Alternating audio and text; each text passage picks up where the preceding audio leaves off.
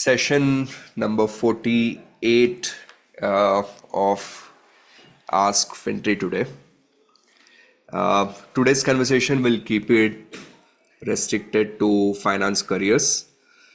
I will answer your queries on the chat box. I've collected a few questions. So we'll answer some of the questions that have been asked. Hi SSAH1L, Piyush Pandey and Varun, how are you guys doing? Let us start. I've already collected a few questions. Let me answer that. I want to keep today's session short. I've realized some of my sessions are going for 40, 50, 60 minutes. Today I plan to keep them for 25 minutes. I've put in a timer. It shows 23 minutes left. Okay, so let's make the most of the time we have here. All right, hello Sahil. Let me see if I can share my screen. All right, some of the questions from the YouTube chats or comments.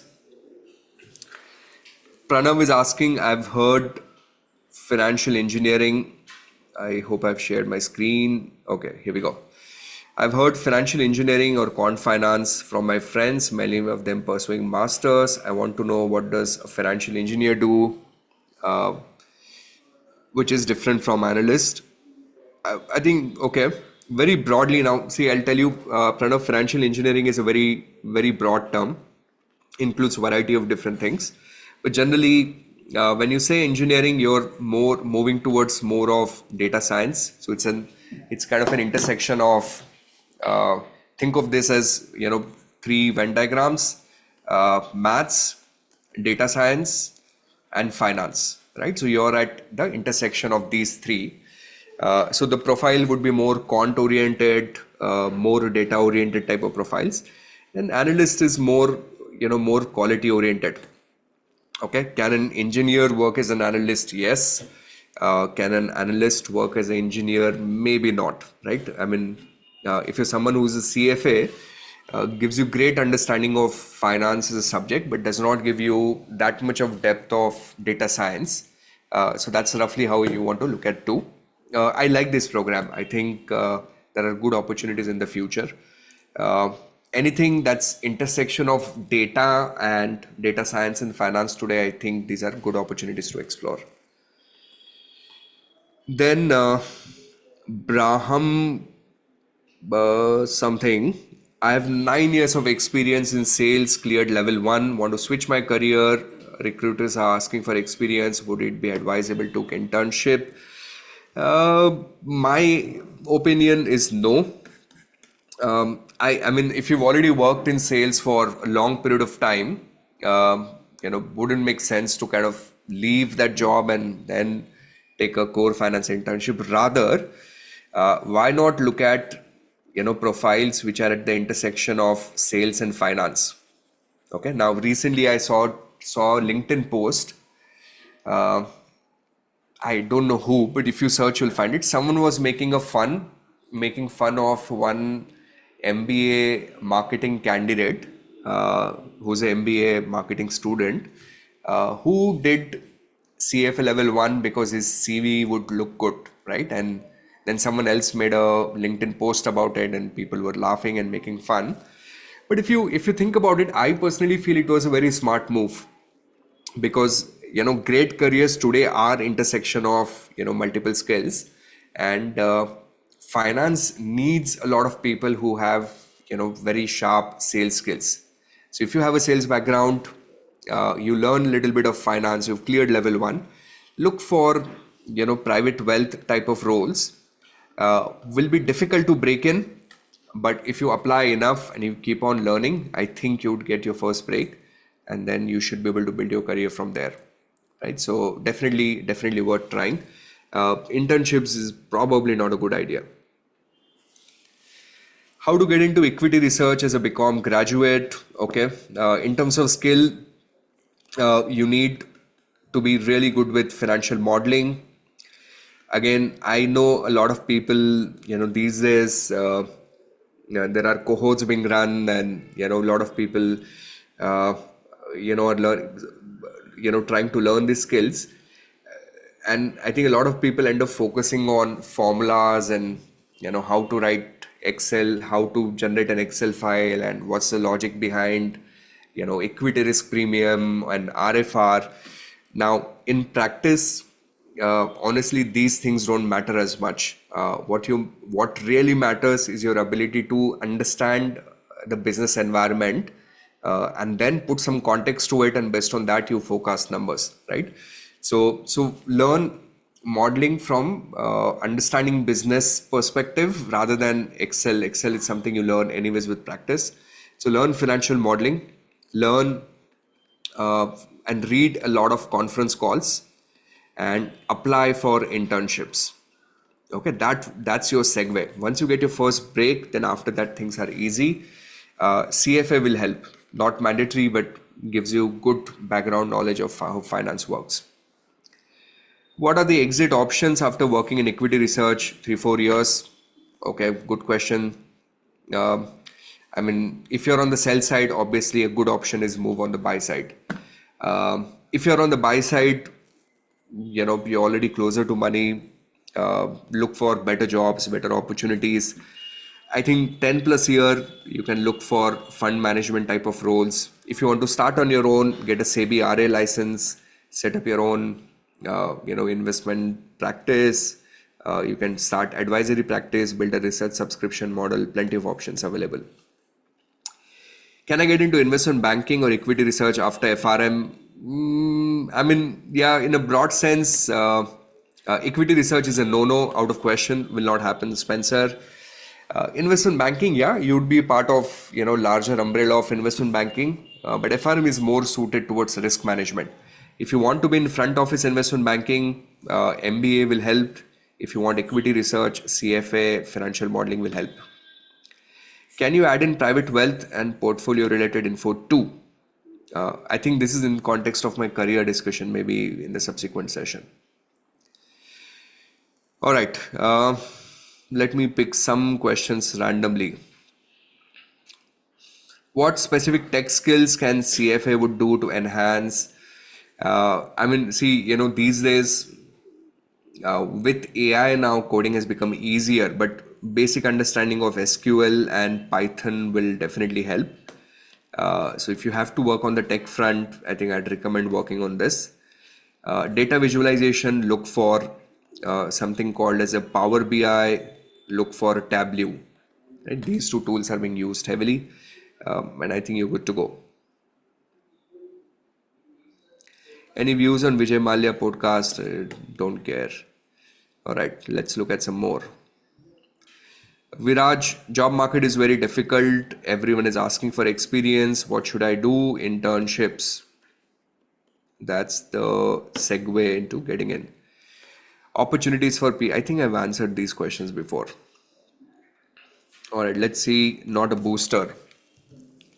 I'm currently in dilemma, currently in private equity firm, 3-month internship. I'm about to finish my first month.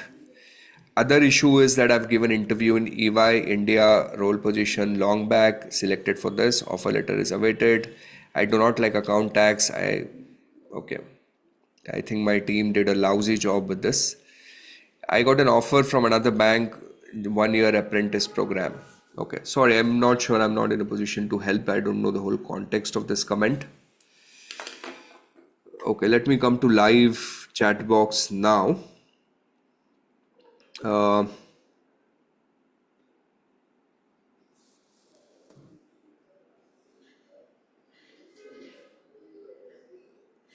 My screen was visible, right? My screen was visible? Yeah, it was visible. Okay, good. For a minute, made me nervous. Okay, I'm on the live chat box now. Happy to take your questions. We have, I think, about 15 minutes left in the session. All right. Aditya is asking, hi Aditya, how are you doing? He's asking, how are the careers in actuarial science in India? Decent. See, actuarial science is again a lot of data science, statistics, and mathematics. Historically, it was a course one would do just to work in insurance sector, but now data science is used across the investment practice. So plenty of jobs, but also uh, the salaries have kind of come down a little bit compared to how they used to be in the past. But still, I think a lot of opportunities there. Okay, Abhijit Das is asking for mid-career professional working in back office. Will CFA or FRM help in growth? Wow. Abhijit, anything that gets you out of back office as early as you can will help. If you have slightly, I think I'm a little more inclined towards FRM. If you're in back office, I think, within the same bank, transition to risk management at least, has a decent opportunity compared to moving to core CFA roles like equity and all of it. So, so maybe start with FRM if you have maths inclination, and if you feel that my quantum maths is not my strongest suite, then maybe CFA would work better. Uh, Instead of routine jobs, can you tell us the job role which you think will pick up in the next 4 or 5 years? That's such a great question. Uh, and I honestly don't know like a perfect, very confident answer to it, Penchal. What I see happening, right? Just some data points. If I look at, I recently attended a family office conference in Mumbai, and there they said that there was a research published by EY which said India is producing three ultra HNI individuals every day. Okay.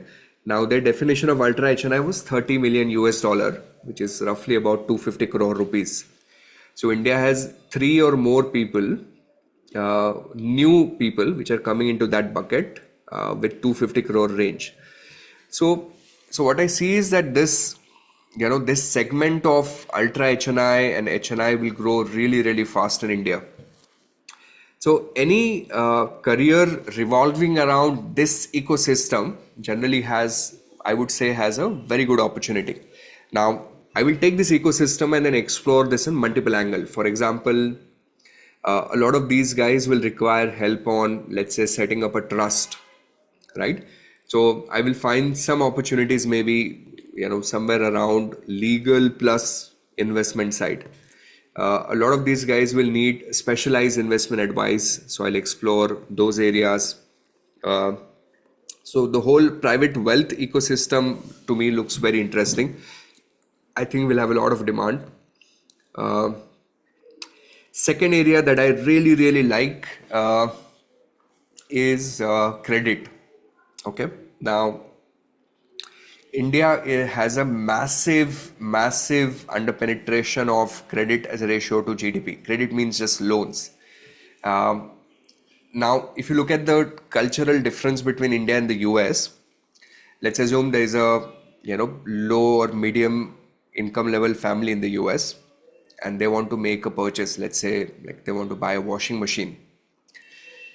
Now, how would they buy, right? They would go take a loan on their credit card and just get the machine. How will a typical Indian buy?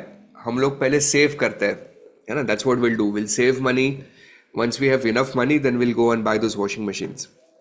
So what happening in India now is that there's a shift that's happening. In India, it used to be save earlier, buy later, historically. Uh, in the US, it's buy first, pay later. Now, India is slowly migrating towards that consumption culture, which means in India, the credit demand will pick up. And the best way to play this whole credit theme is to do actually fintech, right? So I feel fintech, as a space will have massive opportunities. There is a role within fintech called product management, and I think these roles will provide phenomenal opportunities as well, right? Just some areas that I can think of on the top of my head. Alternative investments will be fantastic in India. So again, private credit, private assets, infrastructure, anything around that will do really, really well.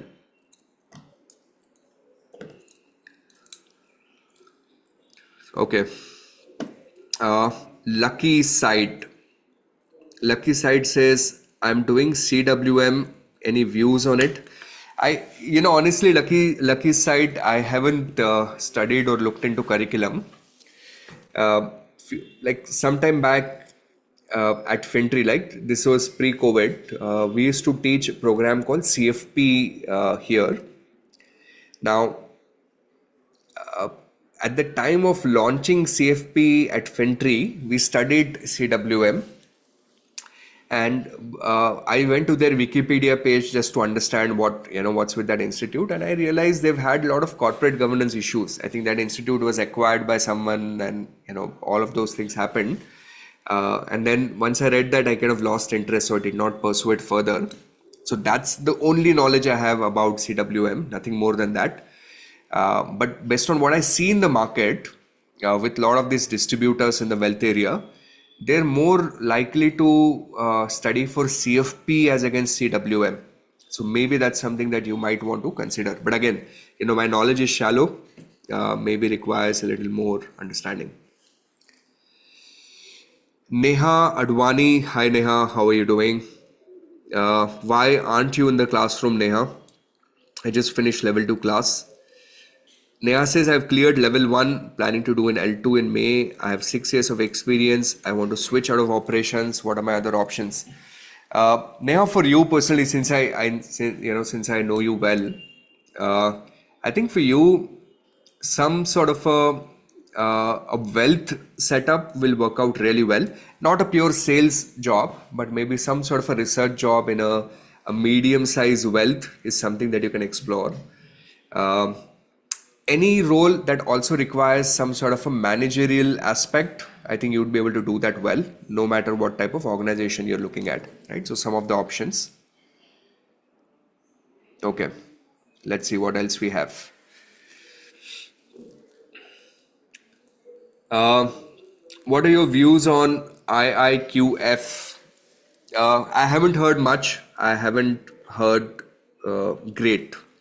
Okay, I've heard about them, but not so much. And some of my CFA level 2 students told me that the incremental learning wasn't significant. I mean, the syllabus, whatever, they have that flagship program, I don't know what is it called, but there was a lot of overlap between what you'd learn in the CFA curriculum otherwise and in their program.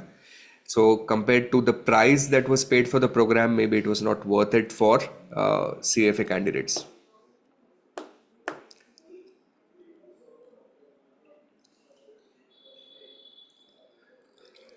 All right. Ahmed is asking, is there an oral defense in the CFA program? I don't like writing a lot. Ahmed, there's no, you don't have to write for the first 2 levels. Level 1, level 2 is purely MCQ. Level 3 you have to write, but these are not essays. These are like 2-line answers. These are called constructed response. They're better than an MCQ because in a way, when you have MCQ, you're just making selection out of 3 options, right? So you can always do method of elimination. But in CFA level 3, I have about 6 minutes left. So in CFA level 3, you have to draft those 2 or 3-liner response to a given situation. You don't have to type a lot. But yeah, can you do it orally? No. Do they support audio? No. You have to type in. There is no option. But it's not typing a lot. It's just, in fact, it's always typing less but answering to the point. All right. Sarvesh. Hi Sarvesh, how are you doing? Sarvesh is asking, I am a FinTree alum working in valuation, exploring new service offering. Do you think real estate portfolio allocation valuation could be a good addition? Sure.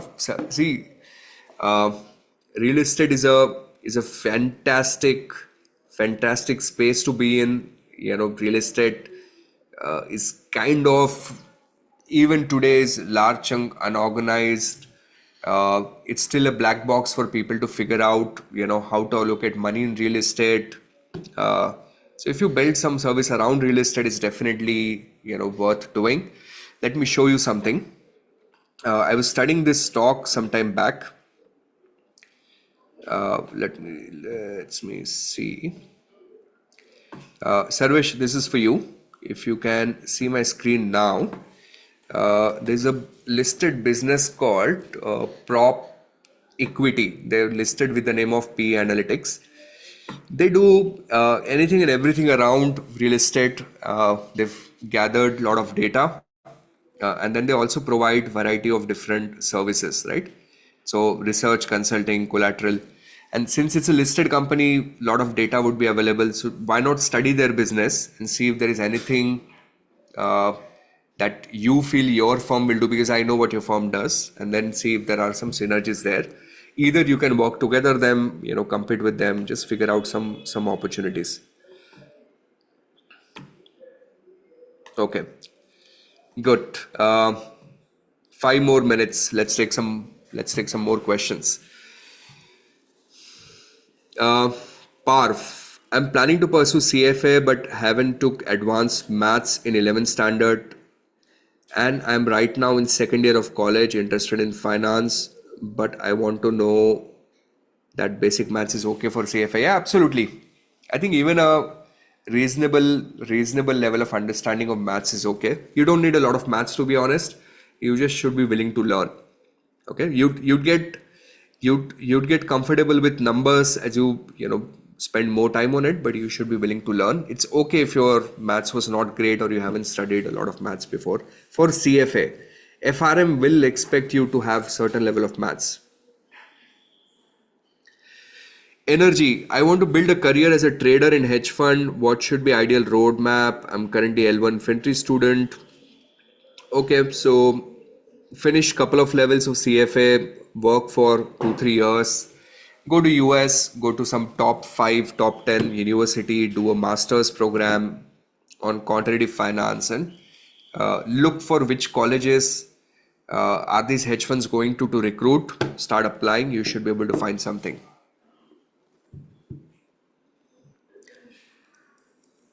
All right, Srimant. I have done MCom. I have interest in finance, preparing for banking exam.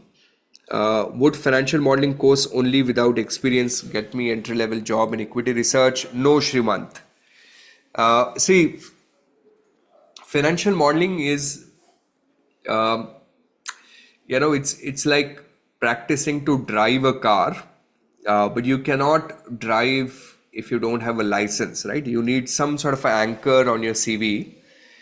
Uh, so, so yeah, if you've studied a lot of background finance yourself, you're comfortable with deep understanding of accounting and finance, then you study financial modeling, then I think it's a great choice. But otherwise, I think a smarter way to approach it is to do CFA one level and then do financial modeling. I think that works out better.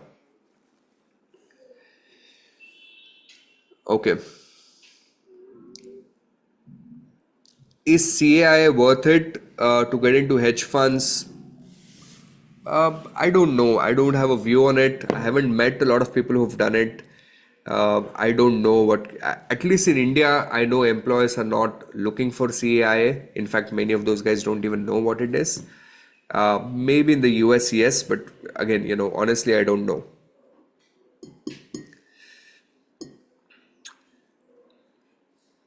Vipers Arena. I finished my BCom last year, took a break to prepare for CFA, but I might not clear it. What should I suggest? Should I look for internship courses, continue with CFA? Find a job, Viper, or an internship, start working, and if you like finance, then of course you should continue with CFA. See, you're going to need some anchor on your CV, right? So if you have some sort of anchor, that will always help. Okay, timer is over. So I'm going to do one last question and then let you guys go. Hari Venkatesh, I've completed MBA in finance, tier 3 college, CFA level 1 helped me job in the field of finance. The answer is yes, it should. I'm not saying it's easy, but it will definitely help. All right. So we're done. Thank you very much. Appreciate your time. As usual, I'll see you next week, Saturday, same time.